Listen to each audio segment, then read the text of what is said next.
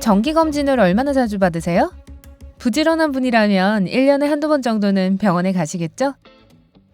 하지만 언제든지 집에서 할 수 있는 빠르고 쉽고 정확한 건강검사 방법이 많다면 어떨까요? 더 많은 것을 알아보려면 계속 지켜보세요. 1. 심장과 폐를 검사하세요. 심장과 폐 기능이 전체 몸 건강을 크게 좌우합니다. 만약 심장이나 폐에 이상이 생긴다면 온갖 심각한 문제들을 겪게 될 수 있죠. 그래서 정기적인 검사가 중요한 겁니다. 집에서 이 검사를 하려면 양손을 모으고 집게 손가락이 뒤집힌 제의가 되도록 하세요. 두 집게 손가락의 손톱을 맞댄 상태를 10초간 유지하세요. 두 손톱 사이의 여백에 작은 마른 목골이 보이나요? 좋습니다. 여러분의 심장과 폐는 건강해요. 만일 마른 모가 보이지 않는다면 곤봉형 손발톱의 징조일지도 모릅니다. 이 손가락 기형은 기본적으로 많은 심장병이나 폐 질환과 관련이 있는데요. 마요 클리닉에 따르면 곤봉형 손발톱은 종종 혈액 속의 산소 부족으로 인해 생기는 현상으로 일종의 폐 질환을 의미합니다. 심장과 폐가 정상인지 확인할 수 있는 검사가 또 하나 있습니다. 약 8개에서 12개의 계단을 올라가세요. 단 노래를 부르거나 전화통화를 하면서요.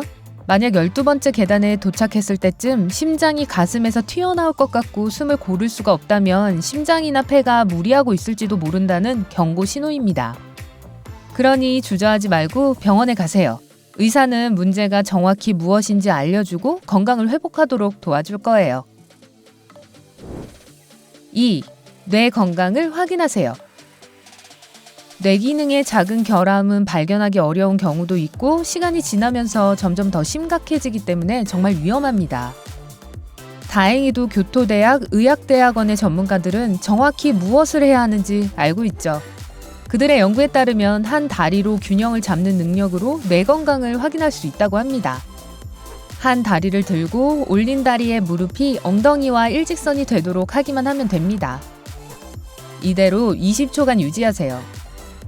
만약 이 자세를 큰 무리 없이 할 수 있다면 여러분의 혈관과 뇌는 아주 건강합니다. 만약 다리를 이렇게 들고 있는 것이 어렵다면 뇌질환이나 인지능력 감퇴를 의심해 보세요. 다시 말하지만 의사를 방문하는 것은 절대 필수입니다. 3. 빈혈 여부를 확인하세요. 거울 앞에 서서 아랫 눈꺼풀을 약간 아래로 당기세요. 원한다면 혀도 내미세요. 눈꺼풀 안쪽은 선명한 분홍색이어야 합니다. 연한 분홍빛이거나 약간 노랗다면 빈혈일 수 있습니다. 빈혈은 혈액의 적혈구, 즉 헤모글로빈이 충분하지 않은 상태입니다. 빈혈은 몸의 다른 모든 조직들이 충분한 산소를 얻지 못하게 한다는 위험을 안고 있고 결국 여러 기능에 해를 끼칠 수 있겠죠. 빈혈의 다른 주요 증상은 지속적이거나 잦은 피로감, 에너지 부족, 운동이나 계단을 오를 때의 호흡곤란, 창백한 피부, 그리고 불면증입니다. 만약 이런 위험 신호를 경험하고 있다면 확실히 병원에 가보실 때입니다. 4. 호르몬 수치를 확인하세요. 호르몬 수치를 확인하는 가장 좋은 방법은 매일 빠지는 머리카락 수에 주의를 기울이는 것입니다. 의사들은 하루에 50개에서 100개의 머리카락이 빠지는 것은 완전히 정상이라고 말합니다. 만약 이보다 더 많은 머리카락이 빠지는 것 같다면 이 작은 실험을 해보세요.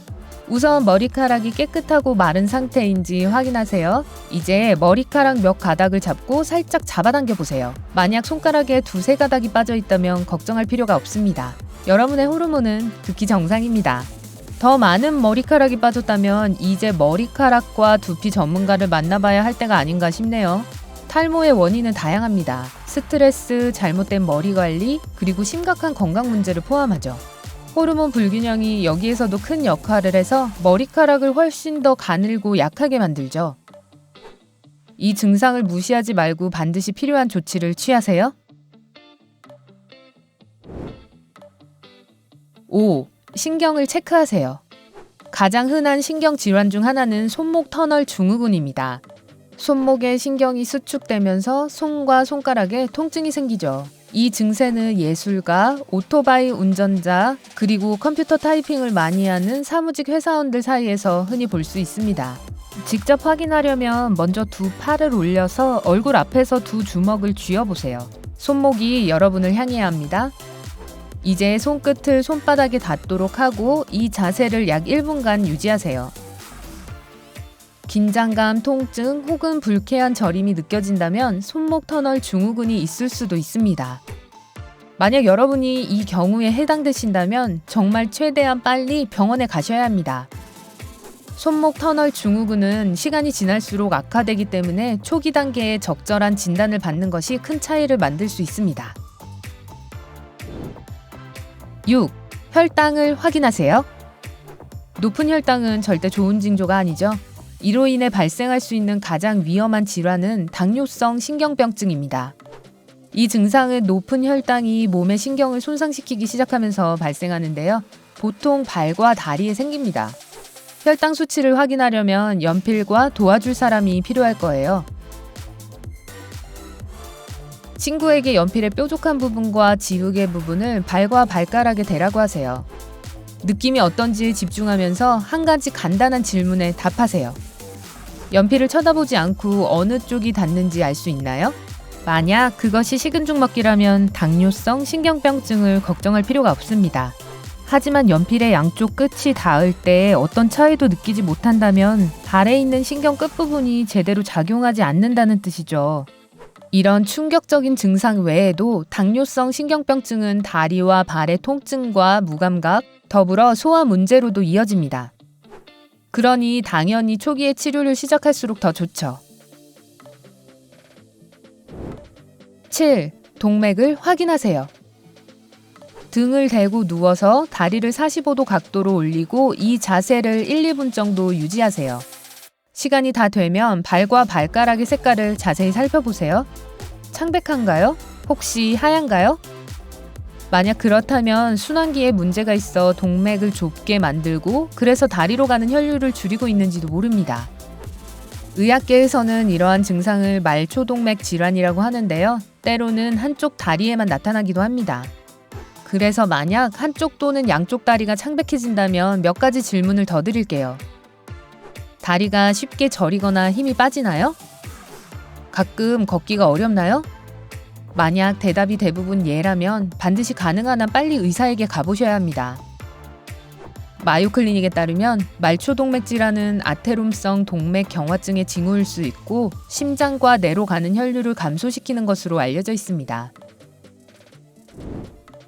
8. 청력을 확인하세요. 좋든 싫든 간에 청력은 나이가 들수록 나빠져요. 하지만 이러한 변화들은 때때로 예상했던 것보다 훨씬 일찍 일어날 수 있습니다.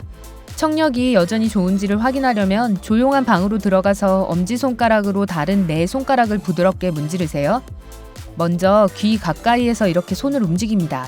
그러고 나서 귀에서 15cm 정도 떨어질 때까지 손을 천천히 움직입니다. 손이 멀어져도 문지르는 소리가 들린다면 여러분의 청력은 여전히 흠잡을 데가 없습니다. 다른 쪽 귀도 확인하는 것을 잊지 마세요.